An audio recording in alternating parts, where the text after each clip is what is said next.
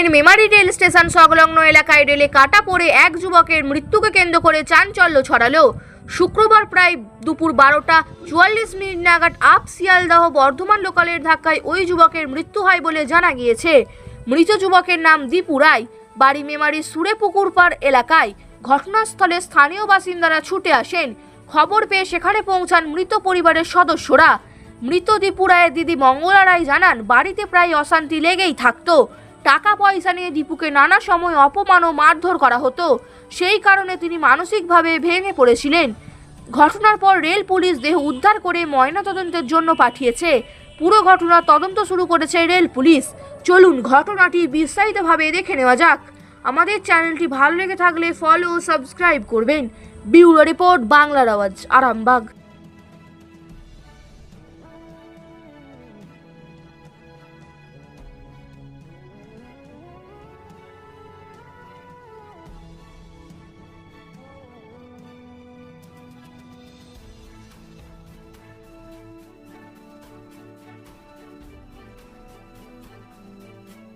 दीपू राय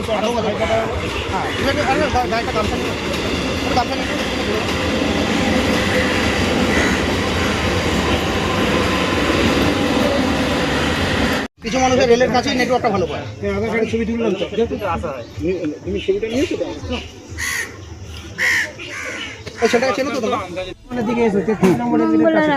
যে মারা গেছে কে হয়? আমার ভাই। কি নাম? দীপু রায়। কি হয়েছে? আমার মা একজনকে রেখেছিল, দিয়ে সে 1000 টাকা পেত। ওই 1000 টাকা নিয়ে ওকে বাড়িতে গিয়ে অপমান করে এসেছিল, মেরেছিল। তো অপমান সহ্য করতে পারেনি, তাই আচ্ছা, আর কিছু নয় না। আর আমার মারা ওর উপরে অত্যাচার করতো, ঝামেলা অশান্তি সব সময় ওকে করতো, ওর উপরে হিংসা করতো। কেন অত্যাচার কেন করতো? এই 1 টাকা 2 টাকা ধার দিত, সেইটা নিয়ে বাড়িতে ঝামেলা অশান্তি করতো। আমার মায়ের একটু গলাটা জোরে পাড়ার লোক জড়ো করতো, ঝামেলা করতো। ও কি কোনো কাজ করতো? হ্যাঁ, ও ঢালাইয়ে কাজ করতো। আচ্ছা, বিয়ে করেছে? না।